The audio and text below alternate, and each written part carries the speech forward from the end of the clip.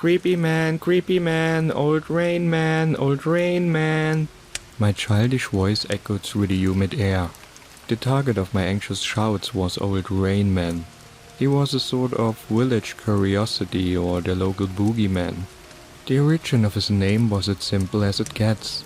The old man was only ever seen when it rained. He'd leave his house, cross the yard and sit down on a bench in front of it. Once the rain stopped, he'd vanish back inside. We kids had our share of stories and ideas about him. Some said he was the one who made it rain. Others said he wanted to flood the village. There were even a few who thought he was secretly an amphibian and needed the rain to survive. In our village there were never more than a few days without heavy rain. Considering that, those stories seemed more than plausible to us kids. We often dared each other to provoke him or go near him. This time it had been my turn to yell at him and see if he'd come after me. The old man, however, did nothing. We were sure, though, that he feigned ignorance to lure me in closer. The dares had started early this summer. I don't remember which of my friends came up with a silly idea like that. At first, we only dared each other to race past him on our bikes. We'd heard the tales of the older kids. They said if you weren't careful, the old man would reach out for you and get a hold of you. Once he did, he'd track you off into his old dark house, never to be seen again. As summer moved along, our dares grew riskier and riskier. It started by yelling at him and riding past him on our bikes. Soon enough, though, we dared each other to walk past him slowly or to get close to him. We never got more than a stare, but it was enough to send us racing away in terror. I got one, Franz started one day.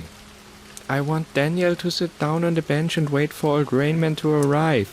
Then you have to sit next to him for 10 seconds.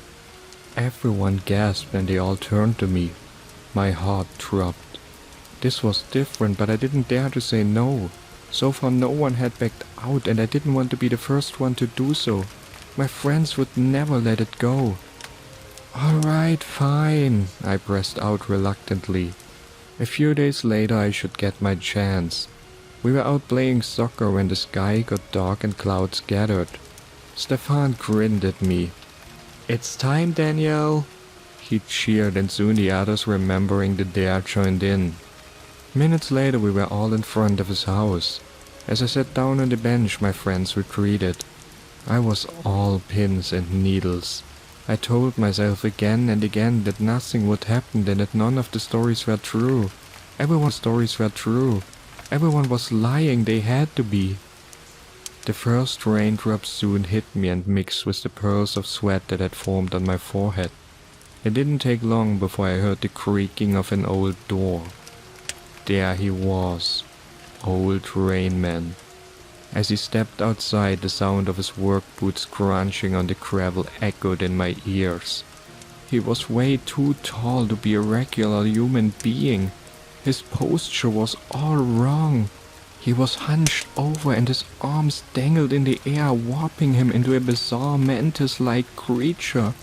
With each step he took, my body tensed up more. When I could finally make out his face, I gasped and held my breath. It was a terrible mask devoid of all emotions. His eyes were glassy, half-open slits, but I could still see the black pits that were his pupils. I stared at them with open eyes, pleading them to release me from the dare, but they were all laughing. When the old man took a seat next to me, I froze up. He didn't say a thing, didn't even look at me, and I told myself it was because I didn't move. I was in sheer and absolute terror. I sat there concentrating, not moving, my eyes closed shut and counting down from 10 to 0 as fast as I could. When I was finally done, I jumped off the bench and landed right in a small puddle that had formed in front of me. It was right at this moment that the old man's head jerked towards me. His eyes were suddenly wide open and focused on me and only me. Before I could even move, his hand shot out and closed around my wrist with an iron grip. I screamed in pain as he twisted my arm and pulled me in closer. "You are..." He started, but I didn't listen. He started, but I didn't listen. I couldn't. I screamed at him to let me go, tried to pull myself free, but his grip only tightened. For a second his mouth opened, only to close again a moment later. Crying and in pure despair I looked for my friends, but they were all running away. Only their cries of "Old Rainman got him, old Rainman got him" stayed with me. After what felt like an eternity, his grip loosened and I could rip myself free and run away. I cried the entire way home. As I stormed into the house, my parents asked me what had happened. The moment they heard me say "Old Rainman" though, they frowned. They told me repeatedly to ignore him and stay away from him. It's what I got for not listening to them. After that, I had nightmares about the giant, ghastly old man for weeks. In some, he waited for me outside, in others he caught me on my way to school. Some more surreal than the rest, in which the old man broke through the ceiling of my room with his long bony arms to drag me away. There was only one thing that was always the same in these dreams.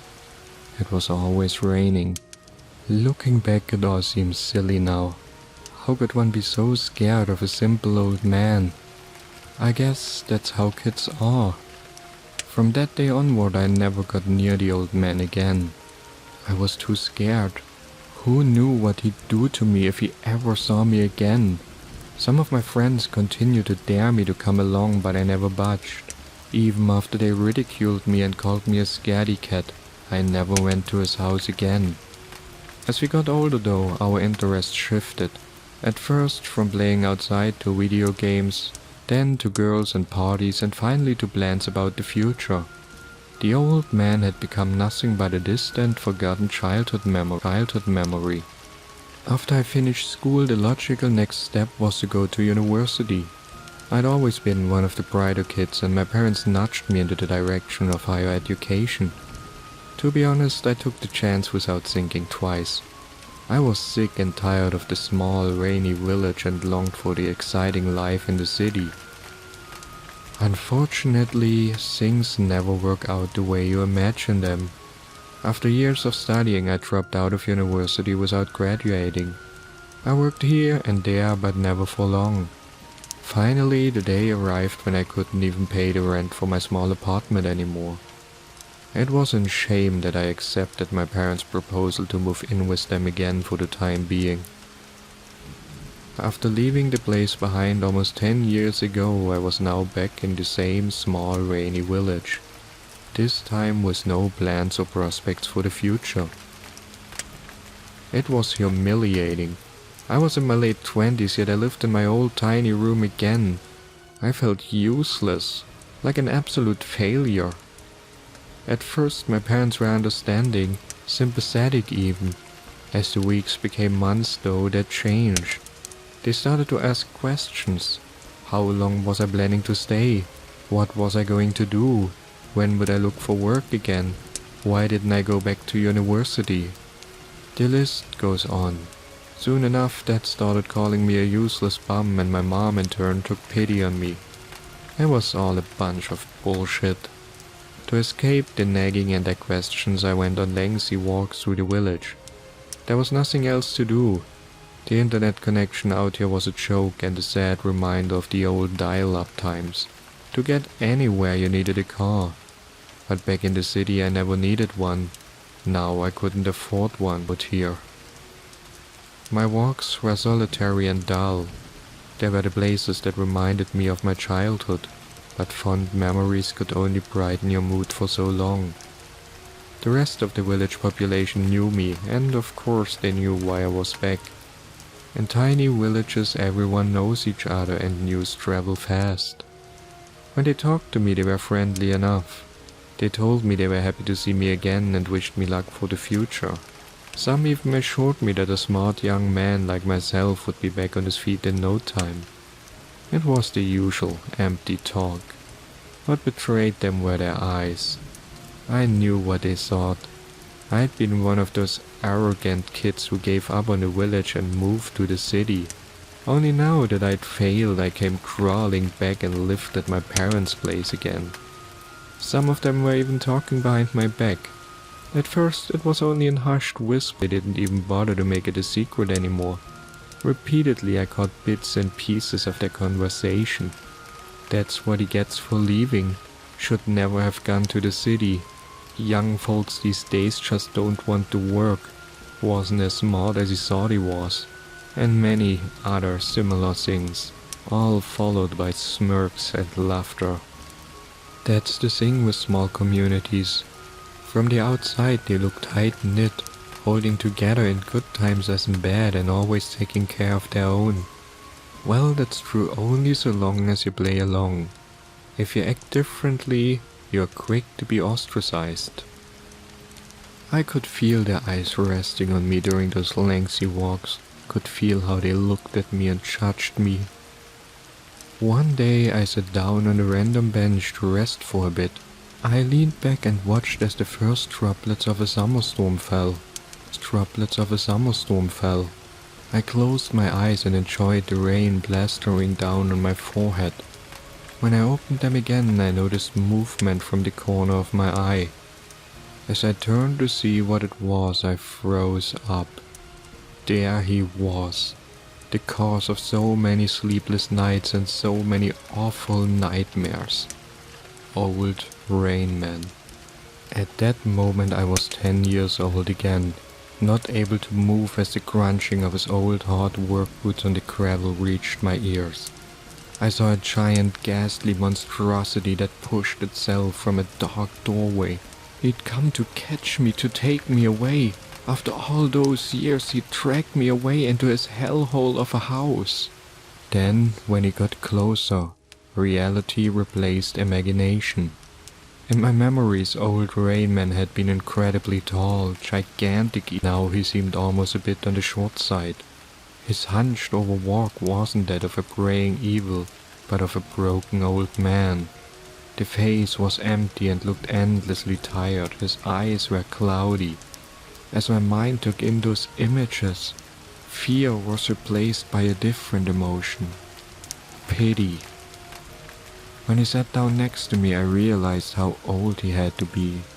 He'd been old even when I was a kid, but now almost 2 decades later it really showed. His breath came in hard bursts and he was so skinny his bones seemed to shine through his translucent skin. He didn't react or look at me. It was precisely the same as back on that day so long ago. At first I thought old Rainman was completely quiet, but then I caught him murmuring to himself. For minutes we sat there just like that. It was only when I sighed, thinking about all my problems, that the old man's face moved to look at me. "Oh, I'm sorry, I didn't think," I started, but the old man shook his head.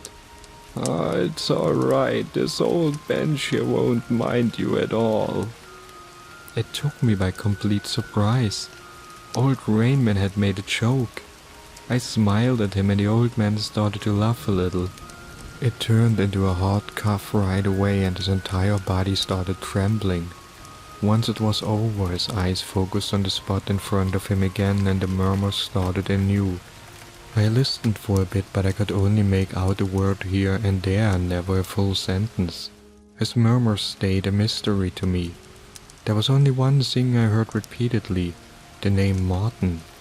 I thought about asking him who Martin was, but it felt wrong to question him about things I'd eavesdropped on. So we sat there next to each other, not talking at all. For one thing or another it was pleasant. Soon the rain became a drizzle that lasted for a few more minutes before it finally stopped. Without saying another word, the old man got up and went back inside. I sat there for a few more minutes trying to comprehend what had just happened. Back at home it was the usual drama again. Where had I been all day? What jobs had I applied to? What was I planning on doing? By then I was used to it. The drama had become a sad routine. A week or 2 later the rain surprised me again during another one of my walks. My steps led me back to the old man's house. And sure enough, there he was, sitting on the same bench. Without another thought, I walked over and sat down. I don't know why, but I enjoyed his company. if you can call it that. I guess it was because he merely sat next to me. He wasn't asking questions, judging me or showing me prejudice. No, he was just there. Again and again I heard the name Martin in his murmurs, and this time I mustered up the courage to ask, "Who's Martin?" The question was almost a whisper, and when he didn't react I assumed he hadn't heard me. I leaned back again, staring up at the rain. "Martin," the old man said out of the blue. "My son." It was only after a few moments that I realized he was staring at me again. This time I saw the tears that filled his eyes. I already knew what must have happened, and with another question I got confirmation. "He was so young, my Martin," he said with a trembling voice. "I'm sorry," I started, but the old man was already back to his usual self and must have already forgotten that I was there. From then on, I'd pass by his house more often, and if it was raining, I'd sit down with him. We spent many of these hours in silence. It soon became clear to me that the old man was senile or demented. There were only a few rare moments in which he seemed in his right mind. It was in those few moments that I learned more about him and his life. His wife had died young soon after the birth of their child Martin. I never found out what happened to her. The few people I asked all told me a different story, and so I gave up eventually. Martin had been a good boy, the old man said. Smart, friendly, and most of all happy. He meant the world to him. He died due to a doctor's mistake following an infection. They prescribed the wrong medication. One morning the little boy didn't wake up anymore. Eventually I learned why the old man was always sitting outside in the rain. The reason he'd been mocked by us kids and the village people alike couldn't be any simpler. Martin had liked to play in the rain. Whenever it rained, the little boy would rush outside to watch the rain fall and to jump into the puddles. Even right at that moment, I was sure he was seeing his son playing in the rain right in front of him. As the months went by, I kept spending time sitting on his bench. After a while, I not only thought but also talked about my life and the things that concerned me. I don't know if any of what I said reached him, considering his ever-worsening dementia. I didn't mind. It helped enough to say things out loud without being cut off or called out. Every once in a while the old man would murmur something like, "That's nice, Martin," while nodding his head ever so slightly. It was almost half a year after I'd arrived back at the village that I sat down on his bench for the last time. As it started to rain, his door didn't open. There was no sound of work boots on gravel. There was only me and the rain. I knew what had happened, but only after the rain had stopped did I get out my phone and made the call. The funeral was a few days later. In a tiny village everyone knows each other, yet only 2 people attended his funeral. One was me, the other was the elderly caretaker of the cemetery. I could tell she was only there out of obligation and not actual mourning. People treated old Rainman as a curiosity, a topic of gossip. No one had attempted to find out what had happened to him or help him in his grief. They hadn't cared about him at all. After the funeral was over, I stayed at his fresh grave for a bit longer before I said goodbye for good. Even now, years after those events, I still think about the old man from time to time.